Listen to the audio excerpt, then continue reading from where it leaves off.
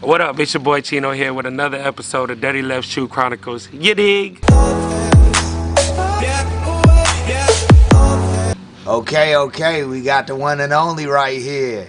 I'm not gonna do the work for you, I'm gonna let you do the work. Go ahead and tell the people your name and where you're from. What up, man? It's your boy Chino, man. I'm from Houston, Texas. Chino? Yeah.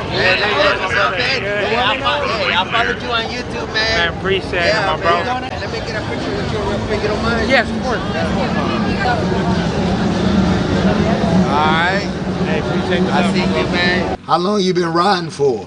Man, I've been riding since 2015, roughly around there, 15. How's the Houston bike scene like in comparison to maybe other bike scenes you've been to? It's different because out here in Houston, man, everybody's together. No matter what bike you ride, whatever it is, what color, don't matter.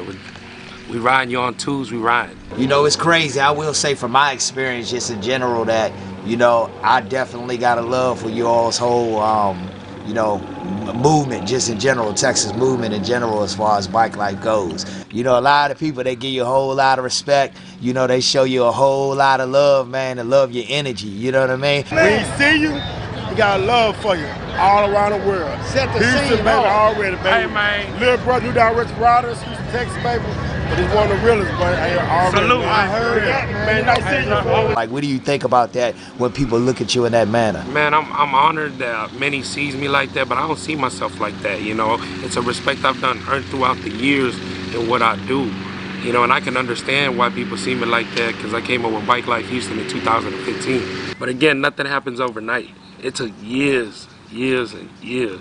Speaking of Bikelife Houston, which is the Instagram page, am I correct? The Instagram page. Okay, got you. And I'm just assuming, you know, it's just an entire movement besides just the Instagram page, you know, because obviously there's people involved with it. What made you start Bikelife Houston?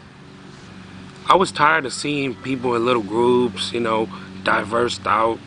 If you on twos, don't matter how big your bike, how small your bike, what color, what you got on it. If you on twos, it's Bikelife Houston. It's Bikelife for no life. Do you see any difference, like when you leave home and go to these other places versus, you know, here? Most definitely. In many cities that I've touched, there's a lot of diverse, like, groups. And I understand, you know, every city's different.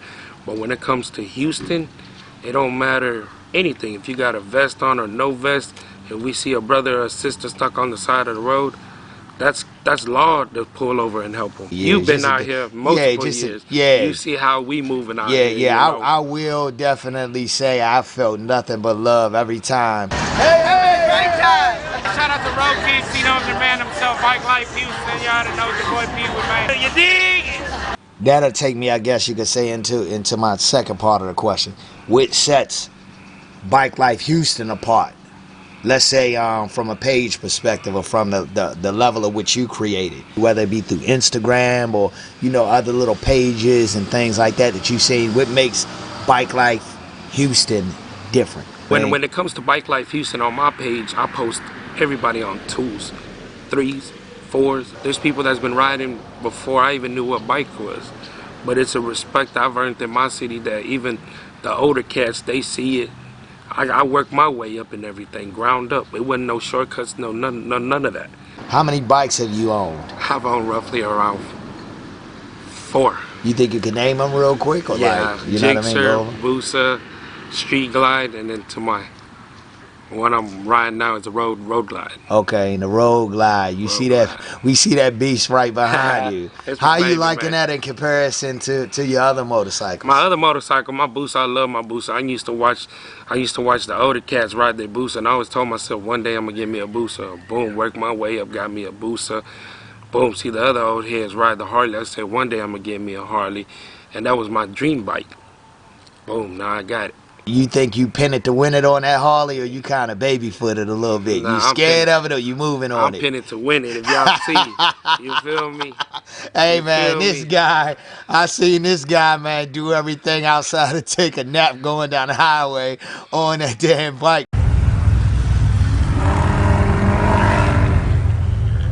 Let's go, man. I'm doing a thing. I want to be like Chino right now. I will say, man, I mean, he handled it like a pro, you know what I mean? And, you know, that come with time and with years, right? Yeah, most definitely. Plenty errors. And Yeah. still more errors, Got you you, know. got you. I learn every day. Got you. You don't stop learning. You ever been down? You ever been in a wreck on any of these bikes? Being that Man, we are speaking about, you know, taking time and taking years and getting used to, you know, really being on twos. my first incident was on my Gixxer.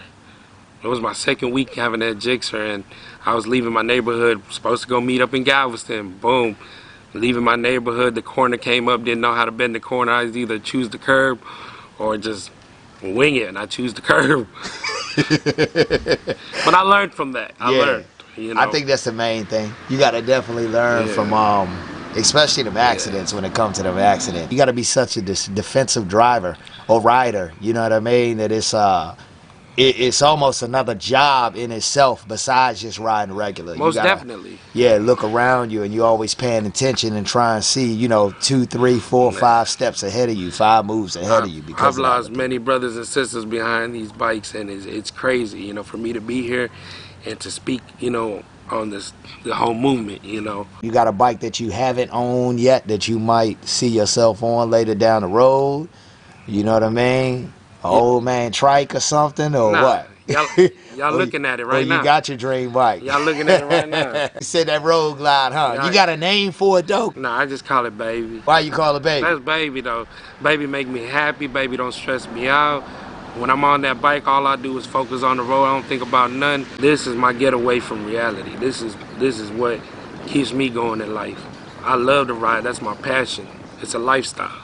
A few of your other bikes you had were sport bikes or whatnot. What made you make that jump from sport bike to Harley? First of all, it's the comfortableness from what, you know, people tell me, and I've always wondered like how it's different until I really got onto a Harley, and I said, you know what, I'm not going back. But I would still ride a street bike, but I really just love riding a Harley. It's comfortable. For like my viewers out there who are thinking about crossing over to, you know, a Harley or cruiser of some sort, what's the difference of riding sport bike versus cruiser? And I guess part of it you already answered by saying that it's comfortable. Is it anything else like beside, you know, comfortable? Because I know I can text and ride. Yeah, I mean, well, we don't do that here. We don't text and ride, you know, text and drive around here. If you rode with me before, you'll be like, damn. We don't even speed around here, man. So you know he don't do none of that, people. You know, just know he don't do none of that. All the insurance for to reach out to me, sis. Y'all, we need this motherfucker to go ahead and. You find maybe comfort to it, maybe, you know, the sound system. Comfort, the music, and just it's a whole different. I can't explain it. You gotta go on one to feel it and see it for yourself.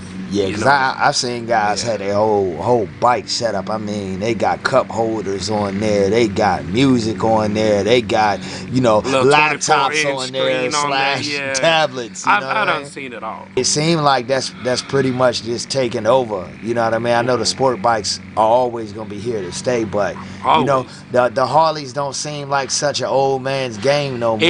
It's not. I don't know why till this day why people say it's an old man. Well, maybe it's because it costs a lot. Yeah, that's true. It costs a lot.